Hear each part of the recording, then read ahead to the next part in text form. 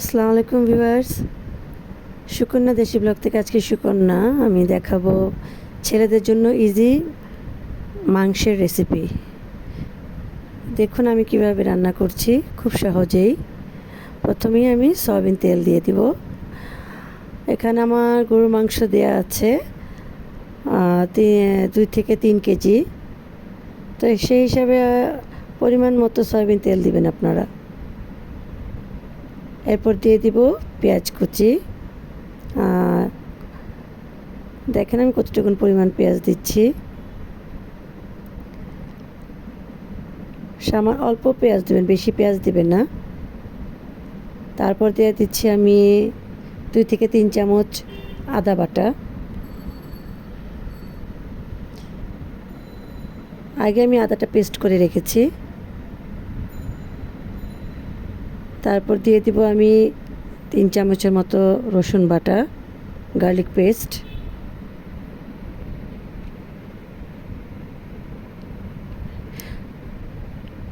এরপরে দিয়ে দিব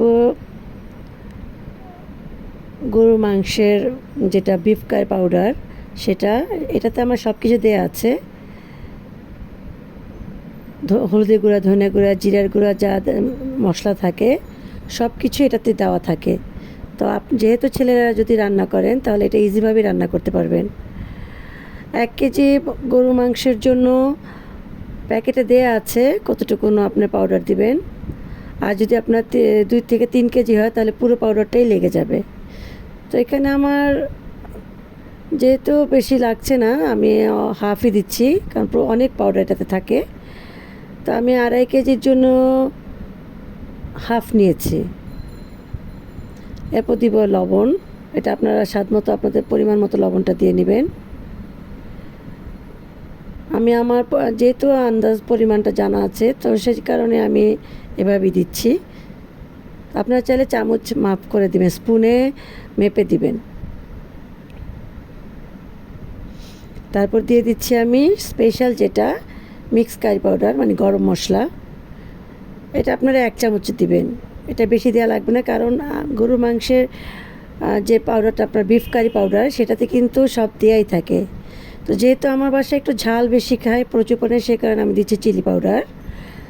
তো এটা আমি আপনারা দিতে পারেন বা স্কিপ করতে পারেন, যদি আপনাদের পছন্দ হয়, যারা কম ঝাল খান তাহলে কারি পাউডারেই ঝাল থাকে অনেক, ওটাতে মরিচের গুঁড়ো দেওয়া থাকে। তো আমার ঘরে যেহেতু বেশি ঝাল খায়, সে কারণে আমি কিছু কারি পাউডার দিচ্ছি, রেড চিলি পাউডার, যেটা চিলি পাউডার। এরপরে এটাকে দিয়ে এই মাংসটা কিন্তু আমি একদম মাখিয়ে বসাবো। যারা বেকার ছেলে বা যারা ব্যাচেলার, তারা এভাবে রান্না করতে পারবেন। আর দিচ্ছি কয়েকটা তেজপাতা, যেটা কারি লিভ বলে। এখন এটাকে আমি ভালো করে মিক্সড করব, মশলাটাকে ভালো করে মিক্সড করব।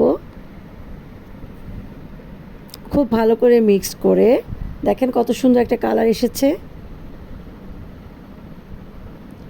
এরপরও সামান্য আমি একটু পানি দিয়ে দিব, কারণ এটা যদি সামান্য পানি না দেই তাহলে কিন্তু মাংসটা আপনার মশলার সাথে হাঁড়ির নিচে লেগে যেতে পারে।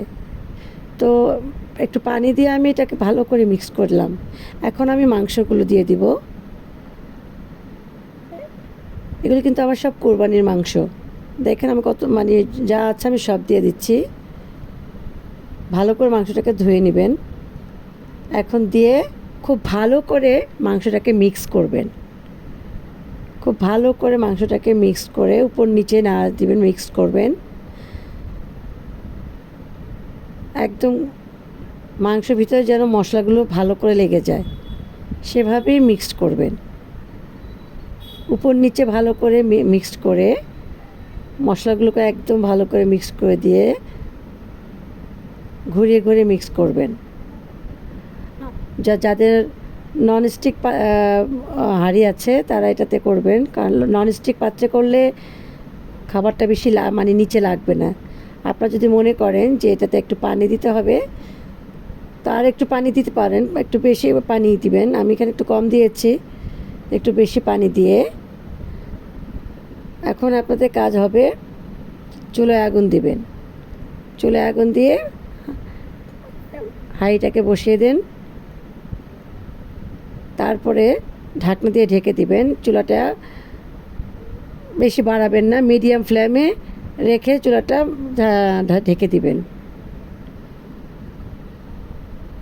আধা ঘন্টা ঢেকে দিয়ে রাখবেন। এরপরে উঠিয়ে আপনারা দরকার মতো আরও পরিমাণ মতো যদি দেখেন মাংস সিদ্ধ না, তাহলে আরও 1 মগ পানি দিয়ে উঠিয়ে ফেলবেন।